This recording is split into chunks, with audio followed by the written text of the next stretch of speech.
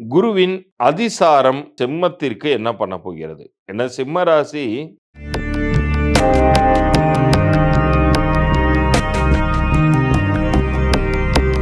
ரகசிய உண்மைகள் நேயர்களுக்கு சதீஷ் ராவின் வணக்கங்கள். இது ரொம்ப அடுத்த ஒரு 6 மாதங்களுக்கான உங்களுக்கான ஒரு முக்கிய பதிவாக இருக்க போகுது. உங்க லைஃபே இப்போ ஒரு டிரான்சிஷனை நோக்கி போயிட்டு இருக்கு. அது படுகுழியிலிருந்து ஏற்றத்தை நோக்கி இருக்கலாம். அல்லது ஏற்றத்திலிருந்து எந்தெந்த இடங்கள்ல நீங்க ஜாக்கிரதையா இருக்கணும் அப்படிங்கிறதாக இருக்கலாம். அத பத்தி தான் இந்த பகுதியில நம்ம பேசப் போறோம். ஏன்னா, உங்களுக்கு இப்ப அடுத்து 2026 புத்தாண்டை நம்ம நெருங்கிக் கொண்டிருக்கக்கூடிய இந்த காலகட்டத்தில, இப்ப சொச்சம் இருக்கக்கூடிய நாட்கள், புத்தாண்டு பிறந்ததற்கு பிறகு இருக்கக்கூடிய அந்த முதல் 3 மாதங்கள் எப்படி இருக்கும் அப்படிங்கிற ஒரு ஐடியா உங்களுக்கு இதுல கிடைச்சிரும். இதுல குரு அ ஏற்கனவே அதிசாரமாகி, இப்போ ஒரு பலன் தந்துகிட்டு இருக்காரு. சனி வக்ரம் அடைஞ்சு, வக்ர நிவர்த்தி அடைஞ்சிருக்காரு. இது 2026ல என்ன மாதிரியான ஒரு பேட்டர்ன உருவாக்கப் போகுது அப்படிங்கிறத பத்தியெல்லாம் தெளிவாக இந்த பகுதியில புரிந்து கொள்ளப் போகிறீர்கள். இதுல என்ன விதமான நல்ல பலன்களை நீங்கள் எதிர்பார்க்கலாம்? எதுல கவனமாக இருக்கணும்ங்கிறத பத்தியெல்லாம் நான் சொல்லப் போறேன். வாழ்நாள் முழுமைக்குமே நீங்க நல்லா இருக்கணும், உங்களுடைய லைஃப் சக்சஸ்ஃபுல்லா இருக்கணும் அப்படின்னா என்ன பண்ணணும் அப்படிங்கிறதுக்கான ஒரு சில குறிப்புகளையும் நான் இந்த பகுதியின் இறுதியில சொல்லப் போறேன். முக்கியமாக நம்ம நேயர்களுக்காக சொல்றேன். இலவச எண்கணித பலன்கள் நான் உங்களுக்கு தருவதாக இருக்கிறேன். எண்கணித பலன்கள் அப்படின்னா நியூமராலஜி. ஸோ உங்களுடைய லைஃப் லாங்குக்கும் இந்த கிரகநிலைகள் எப்படி இருந்தாலும் எனக்கு சக்ஸஸ்ஃபுல்லா இருக்கணும் சார் லைஃப் அப்படின்னு நீங்க கேட்டீங்கன்னா, அதற்கு என்ன செய்யணும் அப்படிங்கிறத பத்தி இந்த பகுதியின் இறுதியில சொல்லப் போறேன். அது பொது பலன்களே. உங்க பிறந்த தேதிக்கும், உங்க கூட்டு எண்ணிற்கும் பெயர் சரியாக அமைஞ்சிருக்கா? உங்க பிறந்த தேதிக்கும், கூட்டு எண்ணிற்கும் வியாபார பெயர் சரியா அமைஞ்சிருக்கா? அப்படி அமையலன்னா என்ன செய்தால் உங்க லைஃப் மேன்மை அடையும், சிரமத்திலிருந்து வெற்றி அடையும், கடனிலிருந்து செல்வம் செல்வம் சேரும் அப்படிங்கிறத பத்தியெல்லாம் இந்த பகுதியின் இறுதியில சொல்றேன். வாங்க இப்ப பகுதிக்குள்ளார போலாம். குருவின் அதிசாரம் சிம்மத்திற்கு என்ன பண்ண போகிறது? ஏன்னா சிம்ம ராசி ஆல்ரெடி அஷ்டம சனியில மாட்டிக்கிட்டு திக்கு முக்காடி போயி ரொம்ப சிரமப்பட்டுக்கிட்டு இருந்தீங்க. சனி வக்ரம் பெற்று ஓரளவு உங்களுக்கு நற்பலன்களை குடுத்துக்கிட்டு இருந்தாரு. இப்ப சனி ஒரு பக்கம் வக்ர நிவர்த்தி வேற அடையிறாரு. அடைஞ்சு நவம்பர் மாசம். இன்னொரு பக்கம் குரு அதிசாரமாக 12ஆம் வீட்டுக்கு வந்திருக்காரு. இது டிசம்பர் 5ஆம் தேதி வரைக்கும் சிம்மத்திற்கு குரு அப்படிதான் இருக்கப் போகிறார். குரு நின்ற இடத்தை விட பார்க்கும் இடத்திற்கு பலம் அதிகம் அப்படிங்கிற வகையில பார்க்கும் பொழுது, உங்களுடைய சுகஸ்தானமான 4ஆம் வீட்டின் மீதெல்லாம் குருவுடைய பார்வை பதிவது அப்படிங்கிறது மிகப்பெரிய யோகம் தானே! உங்களுக்கு 4, 6, 8ஆம் இடங்களின் மீது குருவின் பார்வை விழும்பொழுது, உங்களுக்கு கடன் சிக்கல்கள், பணம் சம்பந்தப்பட்ட சிக்கல்கள் அப்படிங்கிறது மறையணும். ஏன்னா, இந்த அஷ்டம சனி அப்படிங்கிறது மற்றவர்களுக்கு 100% கெடுதல்களை பண்ணும் அப்படின்னு பார்த்தீங்கன்னா, உங்களுக்கு மட்டும் 110% வரைக்கும் போகும். காரணம் அப்பாவும் புள்ளையும். சிம்மத்தின் வீட்டிற்கு அதிபதி சூரியன்.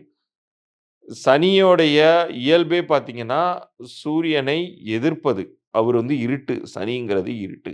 கிரகண தோஷத்தை உண்டு பண்ணும். ஸோ, அந்த நிலை மறுபடியும் உங்களுக்கு இப்ப இந்த நவம்பர் தொடங்கி, அவர் 8ஆம் வீட்டிற்கே வந்துட்டார். வக்ர நிலை மாறி வந்துட்டார். அது ஒண்ணு நெகட்டிவ் தான், இல்லன்னு சொல்லல. ஆனா குரு பாசிட்டிவா உங்களுக்கு அதை ஃபேஸ் பண்ணக்கூடிய அளவிற்கான பலத்தை பணத்தின் மூலமாகவும், மக்களின் ஆதரவு மூலமாகவும் உங்களுக்கு குடுப்பாங்க. ஏதேனும் ஒரு தூரத்து சொந்தத்தின் உதவியால், ஒரு நண்பனின் உதவியால் உங்களுடைய லைஃப் இப்போ ஓடும். அதனால நீங்க பயப்பட வேண்டாம். ஒரு பக்கம் சிரமங்கள் இருந்தாலும், இன்னொரு பக்கம் முன்னேறுவதற்கான சூழ்நிலையும் குரு உருவாக்கப் போகிறார். சரி, இந்த குருவின் அதிசாரம், சனியின் இந்த வக்ர நிவர்த்தி இதையெல்லாம் தாண்டி, எனக்கு பிறக்கக்கூடிய 2026 எப்படி சார் இருக்கும்னு நீங்க கேட்டீங்கன்னா, 2026ல் இதே பேட்டர்னுக்குள்ளார குரு வந்துருவார். இப்ப டிசம்பர் 5 வரைக்கும் இருந்த அதே நிலைக்கு ஏப்ரல் 2026ஆம் குரு உங்களுக்கு நல்ல பலன்களையே தரப்போகிறார். ஏன்னா குருவுக்கு எப்போதுமே முற்பலன். கொஞ்சம் பலன் எந்த வீட்டிற்கு போனா என்ன பலன் குடுக்கணுமோ, அத முன்கூட்டியிலேருந்தே குடுக்க ஆரம்பிச்சுருவாரு. ஸோ நீங்க இந்த காலகட்டத்த இயல்பாகவே நீங்கள் கடந்து விடுவதற்கு குரு முழு ஸ்ட்ரென்த்தையும் உங்களுக்கு தரப்போகிறார். அது பணங்காசாகவும் இருக்கலாம், உதவிகளாகவும் இருக்கலாம். ஆனா சனியை பொறுத்தவரைக்கும் சில முட்டுக்கட்டைகளை போடவே செய்வார். இயல்பிலேயே அவர் வந்து ஒரு அசுப கிரகம் இல்லையா? அவர் எப்படி நல்லது பண்ணுவாரு? அவ்வளோ சீக்கிரம் உட்டுருவாரா? அதெல்லாம் உடவே மாட்டாரு. ஆனா, அதுக்காக பயந்து போயி, ஓரமா நம்மளால உட்கார்ந்திருக்கவும் முடியாது. நம்ம எழுந்து ஓடவே படைக்கப்பட்டிருக்கிறோம். எப்படி வந்து நதி ஓடிட்டு இருக்கோ, அது மாரி நீங்களும் வந்து அ "த லைஃப் மஸ்ட் கோ ஆன்னு" சொல்ற மாரி, வாழ்க்கை வந்து சென்று கொண்டே தான் இருக்கணும். அதனால நீங்க எத பத்தியும் கவலைப்படாதீங்க. நெறைய வந்து சித்தர் வழிபாடு பண்ணுங்க. அ அன்னதானம் பண்ணுங்க. நீர் தானம், அதாவது குடிநீர் இப்பலாம் பார்த்தீங்கன்னா, எல்லாமே பெட் பாட்டில்ல வர ஆரம்பிச்சுருச்சு. ஸோ, ஒரு தண்ணி பாட்டில் ஒரு ரூ. 10 தண்ணி பாட்டிலாச்சும் வந்து அடுத்தவங்களுக்கு நீங்க தானமா குடுக்கணும். ஒரு 3 பேருக்காச்சும் குடுக்கணும். சாப்பாடு குடுக்குற அளவுக்கு உங்களுக்கு வசதி இல்ல, எனக்கு கையில சுத்தமா காசு இல்லன்னா, இத நீங்க செய்துட்டு வாங்க. உங்களுக்கு ஓரளவுக்காச்சும் வந்து கெடு பலன்கள், சனியினால் விளையக்கூடிய கெடு பலன்கள் அப்படிங்கிறது குறையும். அதே சமயத்தில குரு வந்து உங்களுடைய சுகஸ்தானத்தின் மீது தன்னுடைய பார்வைய பதிப்பதால், உங்களுக்கு ஒரு பக்கம் வந்து காசு, பணமும் வரும். உங்களுக்கே ஆச்சரியமா இருக்கும். ரைட் கார்னர்ல சிக்கிட்டு இருப்பீங்க. இந்த மாசம் முடிஞ்சோன்டா அப்படின்னு நீங்க நெனைப்பீங்க. ஆனா, ஏதேனும் ஒரு உதவிகள் உங்களுக்கு கிடைக்கப்பெற்று லாஸ்ட் மினிட்ல நீங்க தப்பிப்பீங்க. ஸோ, இந்த அடுத்த வருஷம் வரைக்குமே இதே பேட்டர்ன் கன்டின்யூ ஆகும். பெரிதாக அலட்டிக் கொள்ளாமல் நீங்க நெறைய சித்தர் வழிபாடும், இப்ப நான் சொன்ன நீர் தானமும் செய்தீர்கள் என்றால், நிச்சயம் உங்க லைஃப் வந்து ஸ்மூத்தாகவே இந்த காலகட்டத்த கடந்துருவீங்க. இப்ப இவ்வளோ நேரம் நீங்கள் கேட்ட இந்த பலன்கள் உங்களுடைய அடுத்து வரக்கூடிய 6 மாதங்கள் வரைக்கும் உங்க லைஃப் எப்படி போகப் போகுதுங்கிற ஒரு பேட்டர்ன காமிச்சுச்சு இல்லையா? இது தவிர உங்களோட லைஃப் லாங்குக்குமே எனக்கு சிரமங்கள் இருக்கக்கூடாது சார். கடன்கள் இருக்கக்கூடாது. என் லைஃப் வந்து என்ன யோகங்கள் இருக்குன்னு எல்லாரும் சொன்னாலுமே கூட, அது ஆனா நிகழ்காலத்தில் என்னால அத அனுபவிக்க முடியல. ரொம்ப சிரமப்படுறேன் அப்படின்னு புலம்பிக் கொண்டிருக்கிறீர்களா? அப்ப இந்த பிரபஞ்சம் ஏதோ ஒரு விஷயத்த உங்க லைஃப்ல உணர்த்துதுங்கிறத நீங்க புரிஞ்சுக்கணும். ஏதோ ஒரு விஷயம் சரியில்ல. நீ என்னன்னு தேடு அப்படின்னு சொல்லி இந்த பிரபஞ்சம் சொல்வதாக நீங்க எடுத்துக்கணும்.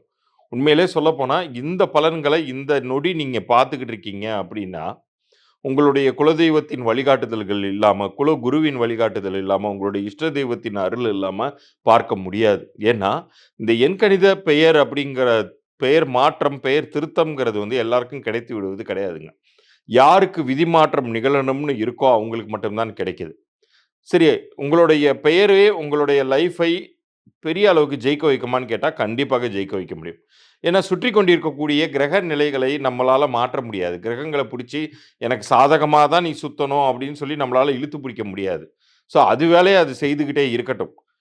அதாவது உங்களுடைய வாழ்க்கையில நீங்க பாலைவனத்தில தான் நடந்து போகணுங்கிறத விதி இருந்தாலும், உங்களுக்கு இந்த எண்கணித பெயர் அப்படிங்கிறது ஒரு பெரிய ஒரு கொடையையும், ஒட்டகத்தையும், போதுமான அளவு குடிநீரையும் குடுக்கும். ஸோ, நீங்க இயல்பாகவே நீங்க கடந்து வந்துடலாம் அந்த சிரமமான காலத்த. நல்ல காலத்தில உங்களுக்கு காசு, பணமே இன்னும் அதிகமாக சேர்த்துக் கொள்ளலாம். இது நிகழ்காலத்தில் சர்வ நிச்சயமாக நடக்கக்கூடிய ஒன்று. ஸோ, தற்போது உங்களுக்கு அமைஞ்சிருக்கக்கூடிய பெயர் என்ன விதமான பலன்களை உங்களுக்கு குடுத்துக்கிட்டு இருக்கு? அது உங்களுக்கு அதிர்ஷ்டகரமானதாக இருக்குதா? அதே மாரி உங்களுடைய பிறந்த தேதியோடைய அமைப்பு என்ன? கூட்டுத்தொகையின் அமைப்பு என்ன? உங்களுடைய வியாபார பெயர் யாராச்சும் வியாபாரம் பண்ணிட்டு இருந்தீங்கன்னா, உங்க வியாபார பெயர் நன்றாக உங்களுக்கு பொருந்தியிருக்கா? அது உங்களுடைய குழந்தைக்கு ஏதாச்சும் நீங்க பெயர் வச்சிருந்தீங்கன்னா, அந்த குழந்தைக்கு நீங்கள் வைத்த பெயர் அந்த குழந்தைக்கு நல்லது பண்ணுமா? இந்த தகவல்களை எல்லாம் தெரிந்து கொள்ளணும்னா, நம்ம சேனல சப்ஸ்கிரைப் பண்ணி ஸ்கிரீன்ஷாட்டோட உங்களுடைய பெயர், பிறந்த தேதி, உங்களுடைய பெயர் ஆங்கில எழுத்துக்கள் அனுப்பணும். பிறந்த தேதி, அப்புறம் உங்க வியாபாரம் பண்ணிட்டு இருந்தீங்கன்னா, வியாபார பெயர் அனுப்புங்க. கு பிறந்த குழந்தைக்கு பெயர் வச்சிருந்தீங்கன்னா, குழந்தையுடைய பெயர அனுப்புங்க. உங்களுக்கான இந்த பெயர் பொருந்தியிருக்கா, இல்லையாங்கிற தகவல்கள் வரைக்கும் மாத்திரம், இலவச பொது பலன்களாக நான் ஒரு 3 நாட்களுக்குள்ளார கண்டிப்பாக பதில் அனுப்புகிறேன். அதை கேட்டுட்டு, அது என்ன செய்யணும்னு நான் சொல்லியிருந்தேன்னா, அதுக்கப்புறம் நீங்க மேற்கொண்டு கன்சல்டேஷன் எடுத்துக்கொள்வதும், எடுத்துக்காததும் உங்க விருப்பம். ஆனா, அதனால் உங்களுக்கு கிடைக்கக்கூடிய பலன்கிறது உறுதியாக உண்டு அப்படின்னு சொல்லி, இந்த பகுதியை நிறைவு செய்கிறேன். மீண்டும் அடுத்த ஒரு சுவாரஸ்யமான பகுதியில் சந்திப்போம். நன்றி, வணக்கம்.